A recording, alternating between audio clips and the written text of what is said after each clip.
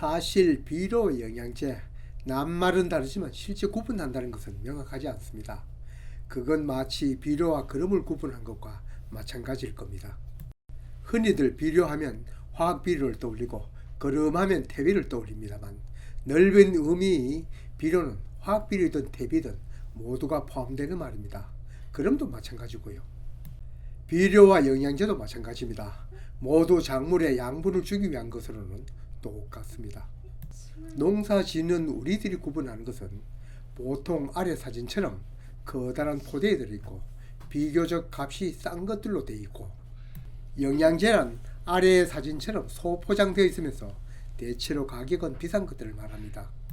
작게 포장되어 있는 것들이 가격이 더 비싸다 보니까 많은 사람들이 일반 비료에 비해 효과가 더 높은 걸로 인식하는 것도 부정할 수는 없습니다. 가격도 높고 또 포장에 표시된 말이 일반 비료에 표시된 것보다는 작물에게 더 효과적인 말로 안내되어 있기 때문이기도 합니다. 그렇든 말든 손바닥 농부는 농장이야 손바닥만 해도 이렇게 커다란 포대에 든 비료만 사서 땅에도 뿌리고 잎에도 뿌립니다. 다만 잎에 주고 싶은 비료가 물에 녹는 것이 없으면 그건 따로 사서 칩니다. 바로 인산, 칼슘 같은 것은 이렇게 액비로 되어 있지 않은 것은 물에 녹지 않기 때문에 사서 쓰고, 또 미량 요소를 공급하기 위해 여러 미량 요소들이 들어있는 소위 영양제를 사서 치긴 합니다. 주변 농장들을 가끔 방문해 보면 저와 다르게 준비를 하신 분을 볼 수 있었습니다. 이유는 작물의 효과가 더 좋다고 사서 쓴다고 하였습니다. 다른 사람들부터 입소문을 들은 것도 있고 광고에 나온 것을 보고 사기도 하였답니다. 무엇보다 제 비료 영상 댓글 질문에 영양제에 대한 질문을 주신 분들이 적지 않았습니다. 제가 써보지 않으니 시원한 답을 드리지 못하였습니다. 사람은 누구나 생각이 다르고 또한 상황이 다르니 내가 하는 것이 맞다고 생각하지는 않습니다. 그렇다고 따져보지도 않고 남의 말만 듣고 하는 것은 슬기롭지 않다는 생각도 들었습니다. 앞에서 얘기 드린 바와 같이 저와는 상관없지만 그래도 질문을 주시니 여기에 대해서 왈가왈부하려면 알지도 않고 말할 수는 없어 인터넷에 식물 영양제라고 치니 수없는 제품들이 나옵니다. 병에 든 것, 봉지에 든 것, 캡슐에 든 것, 모양도 다양하고 이름도 다양하고 성분도 다양합니다. 아래에 나오는 그림들은 그저 거기에 나오는 자료 화면이지 앞으로 설명하는 해당 제품은 아니면 미리 밝혀둡니다. 별로 좋은 얘기도 아니고 제 나름의 비평하는 제품을 이 영상 화면은 소개드리질 않습니다. 어떤 것은 고급 식물 영양제라고 하는데 그 성분 표시도 없습니다. 어쩌다 성분 표시가 있는 것들도 있는데 질소, 인산, 가리가 각 2%도 아니고 0.2%, 그리고 미량 성분 몇 가지가 0.02%. 퍼센트라는 단위 자체가 100분의 1입니다. 그렇다면 1000분의 얼마씩 들어있다는 얘기입니다.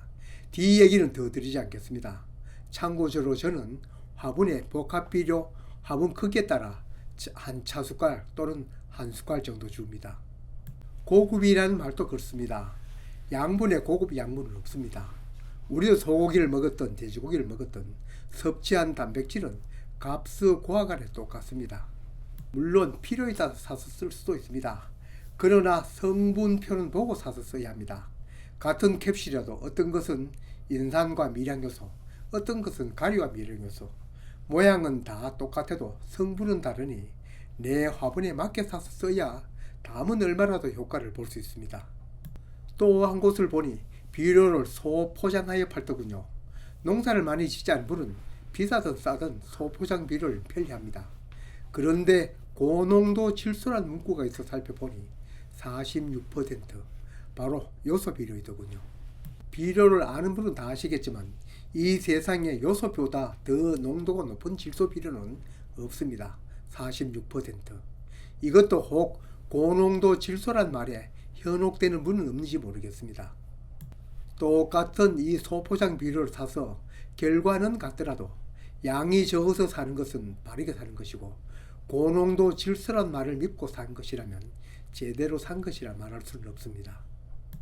또 살펴보다 보니 과일, 채소 맛 증진제라고 하였는데 성분표를 보니 인산을 중심으로 가리 그리고 봉소 이런 것들이 들어있더군요. 당연히 인산을 중심으로 한 비료이니 거짓말은 아닙니다. 그걸 사서 치나 내 집에 있는 수용성 인산을 치나 다 똑같습니다.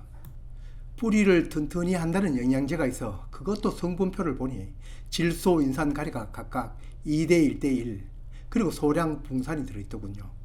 제 상식으로는 그냥 수용성 녹는 인산을 치는 것이 효과를 더 볼 수도 있습니다.